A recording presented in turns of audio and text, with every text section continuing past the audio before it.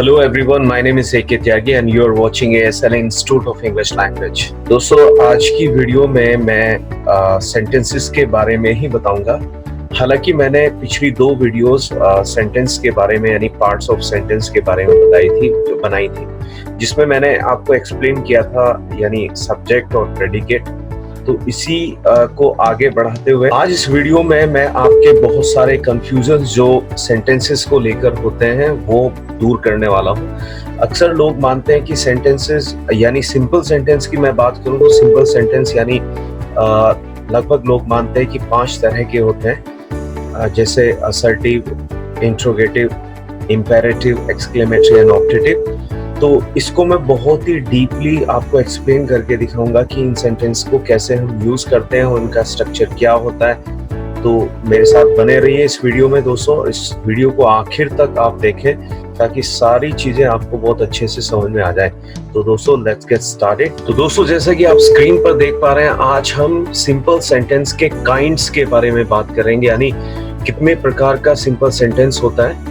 तो सबसे पहले जैसे आप देख पा रहे हैं assertive sentence, that is called declarative sentence, यानी इसको स्टेटमेंट यानी साधारण वाक्य हिंदी में कहते हैं। दूसरा वाक्य हमारा इंटरोगेटिव है, दिस इज कॉल्ड क्वेश्चंस, यानी प्रश्नवाचक वाक्य आपके हिंदी में होते हैं। इंपेरेटिव जिसको कमांड्स यानी आज्ञा सूचक या आज्ञा बोधक वाक्य हम हिंदी में कहते हैं। एक्सक्लेमेटरी सेंटेंसेस जिसको विस्मयादि बोधक वाक्य हिंदी में हम कहते हैं। लास्ट जो आपका 5th नंबर पर है वो आपका ऑप्टेटिव सेंटेंस जिसको हम इच्छा सूचक वाक्य कहते हैं। तो दोस्तों इसी के बारे में आज की वीडियो हमारी होने वाली है।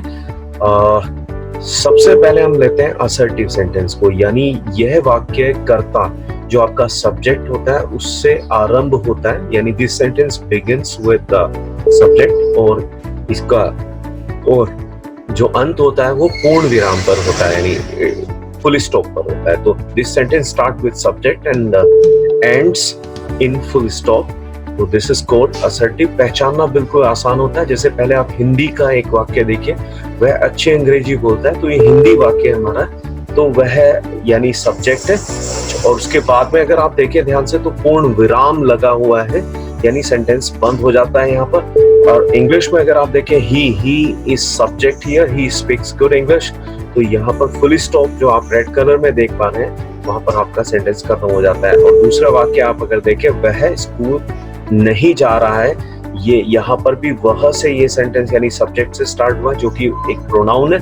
He is not going to school today और फुल स्टॉप पर ये एंड होता है। यहाँ पर एक ध्यान रखने वाली बात है, असर्टिव सेंटेंस यानी जो साधारण वाक्य है वो सकारात्मक और यानी पॉजिटिव और नकारात्मक नेगेटिव दोनों हो सकता है।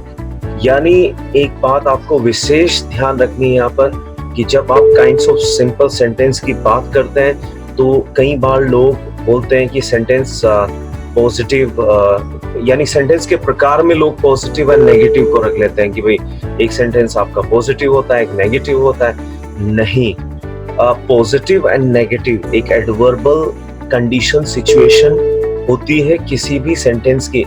और कोई भी सेंटेंस यानी या तो चाहे असर्टिव हो इन आपका क्वेश्चन यानी इंटरोगेटिव, इंपेरेटिव, वो पॉजिटिव एंड नेगेटिव हो सकता है। जो सेंटेंस आप बना रहे हैं उस सेंटेंस में दी गई इंफॉर्मेशन पर डिपेंड करता है कि आप वो सकारात्मक यानी पॉजिटिव इंफॉर्मेशन दे रहे हैं या फिर नेगेटिव दे रहे हैं। तो पॉजिटिव नेगेटिव कोई सेपरेट सेंटेंसेस नहीं होते, बल्कि ये आपके सेंटेंसेस की situation, adverbial condition and situation होती है।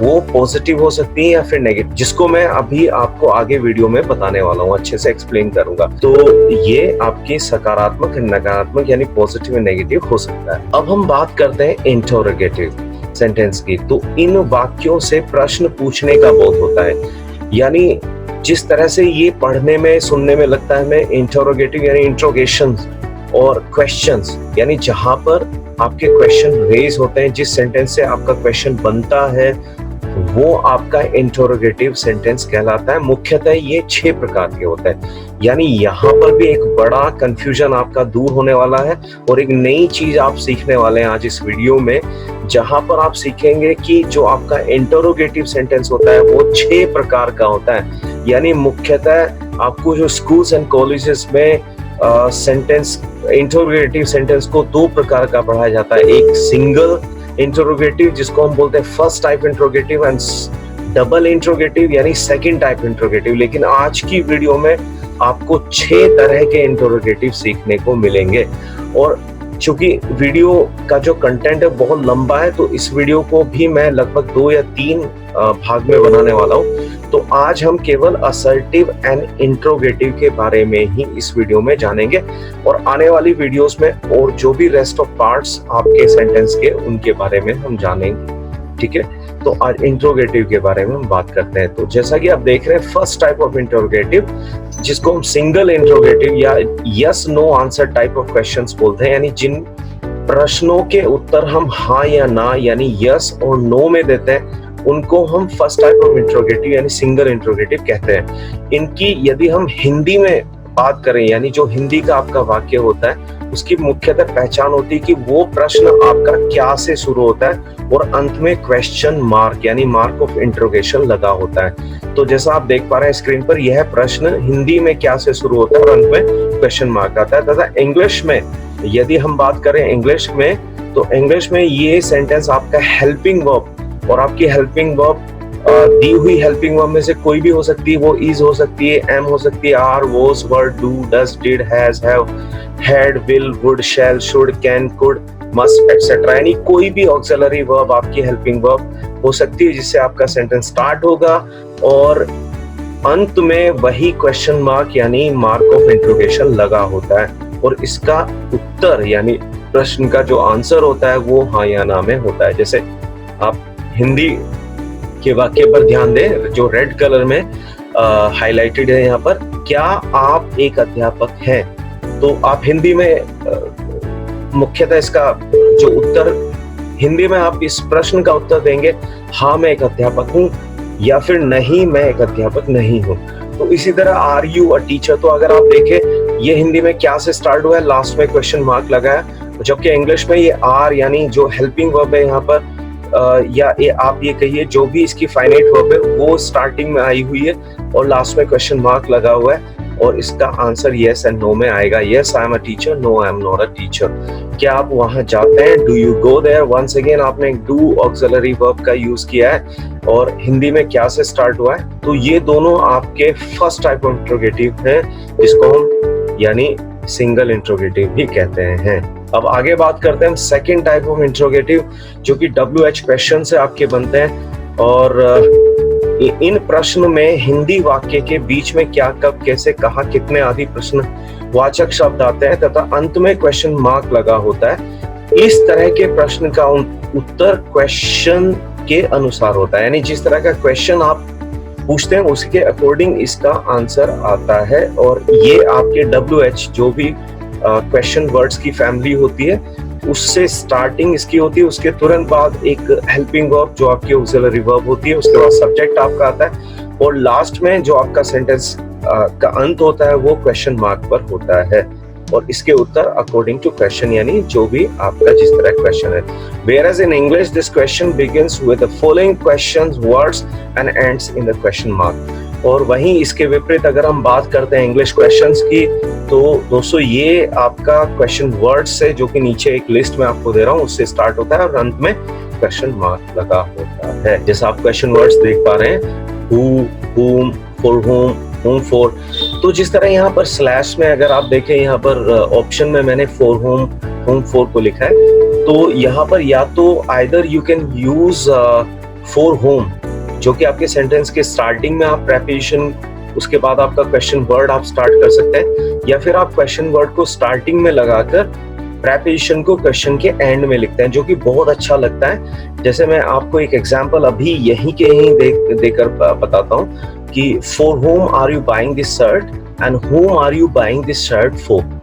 तो दूसरा सेंटेंस ऑब्वियसली आपका बहुत अच्छा लगता है, विद होम या whom with, beside whom, whose, which, what, for what, at what time, up to what time, what sort of, what type, what sort, what kind of, इस तरह का where, whereas, where from where, वही preposition वाला जो मैंने अभी आपको बताया, whence, when, since when, why, how come, how often, how many countable के लिए, how much uncountable, how long, how many of us, you and them. जिस तरह आप एक दो एग्जाम्पल से इसको समझने की कोशिश करें, आप कहाँ रहते हैं, वेयर डू यू लिव, तो अगर आप देखें हिंदी सेंटेंस के बीच में कहाँ एक प्रश्न जो क्वेश्चन वर्ड आया है हिंदी में, और वहीं पर इंग्लिश में अगर आप देखें तो वेयर से स्टार्ट है और लास्ट में क्वेश्चन मार्क इस पे लगा है।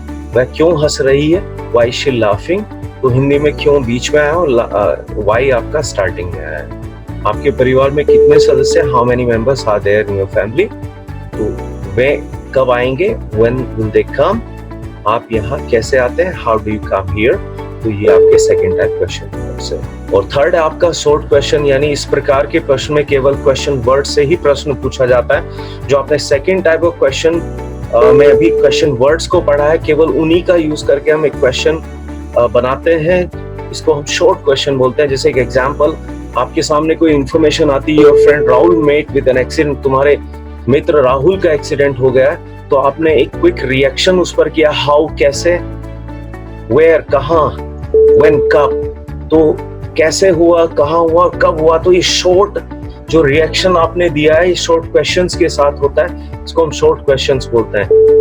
नेक्स्ट क्वेश्चन आपका होता है ऑल्टरनेटिव क्वेश्चन, यह विकल्पीय प्रश्न होता है जिसमें दो या दो से अधिक विकल्प होते हैं जिनका यूज आप करते हैं प्रश्न में, और जिसमें से चॉइस होती है सुनने वाले की, वो क्या चुनता है। What will you eat, samosa और पिज्जा, तो आप क्या खाएंगे, पिज्जा या समोसा, तो चॉइस है, यानी आपने दो ऑप्शन दिए जिसमें से एक आप चुन सकते हैं। वुड यू लाइक टी और कॉफी, आप चाय या कॉफी में क्या पसंद करेंगे।